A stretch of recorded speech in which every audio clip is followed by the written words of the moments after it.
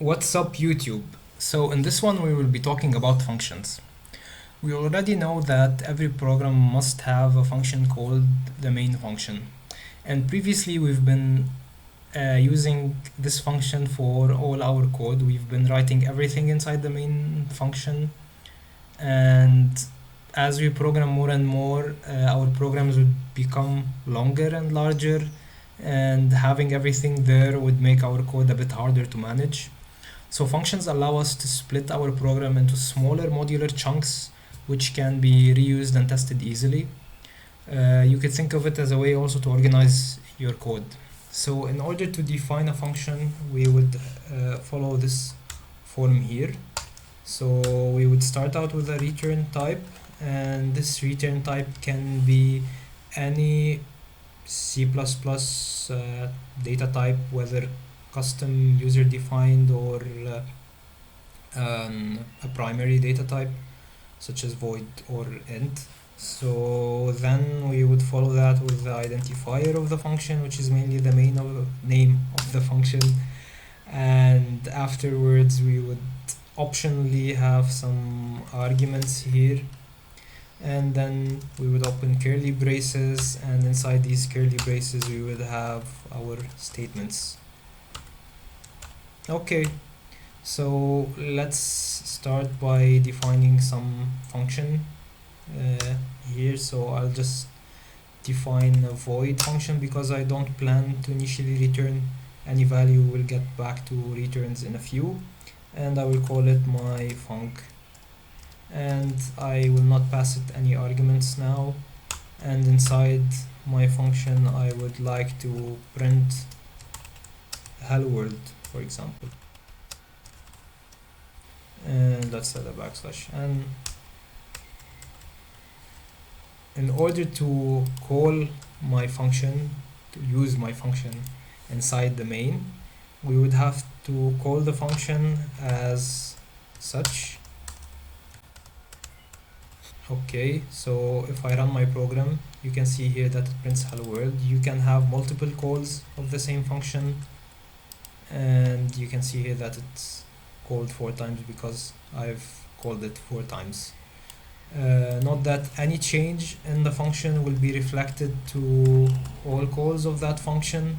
So I'll add an exclamation mark here, save, and run my program, and you can see here that the exclamation mark has been added to all of our calls.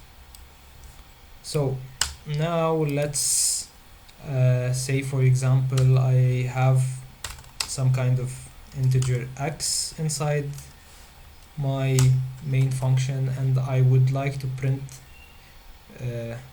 x inside of my function. So let's do something like this, but this will definitely not work. As you can see here, it already gives me an error here, identifier x is not defined, and the reason is that each function has a local scope. So variables defined inside a function are mainly only usable inside that function.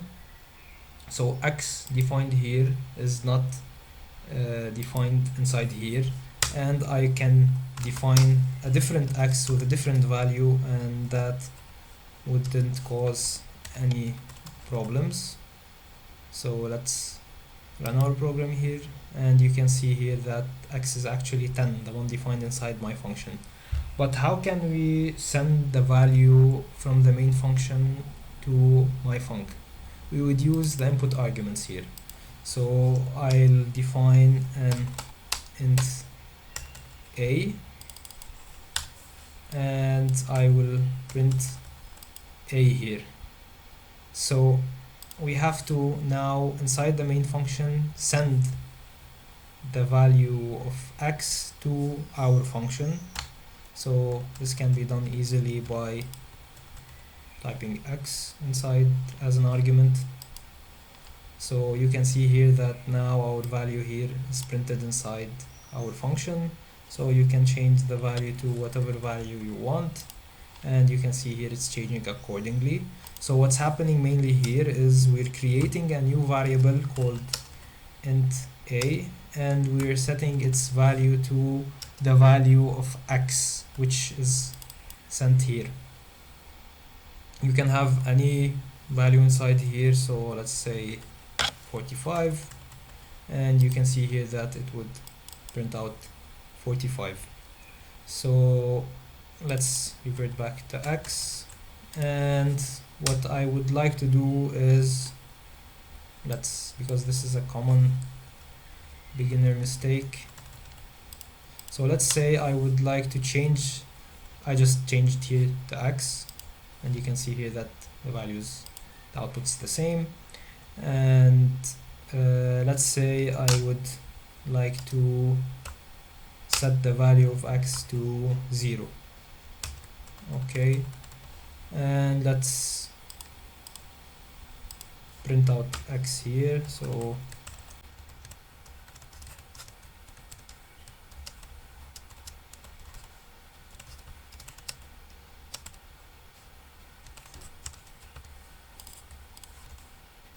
and x inside my main.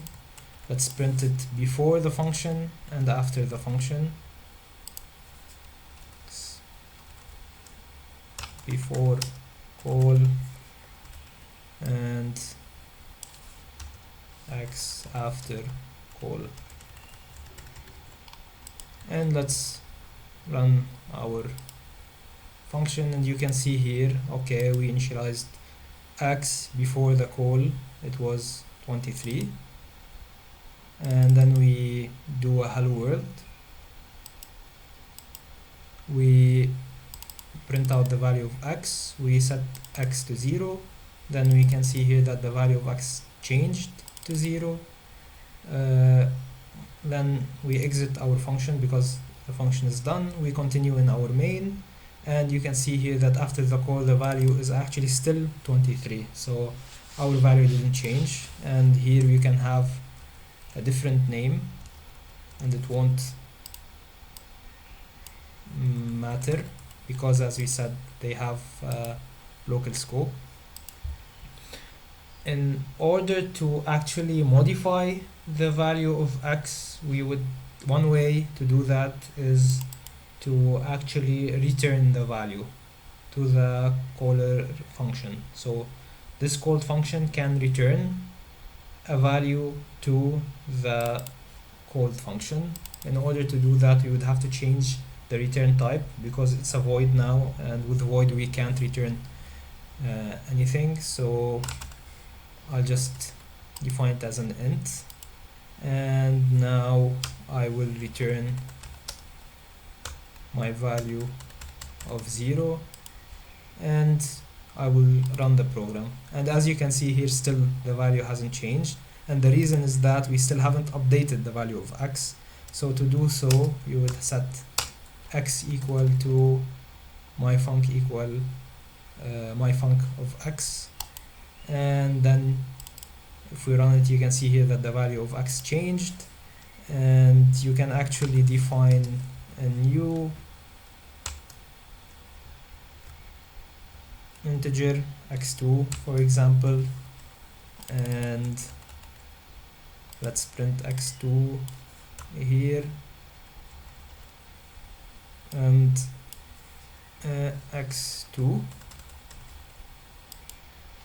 and you can see here that the value of x hasn't changed, but x2 now is set to 0 because it is the value that was returned.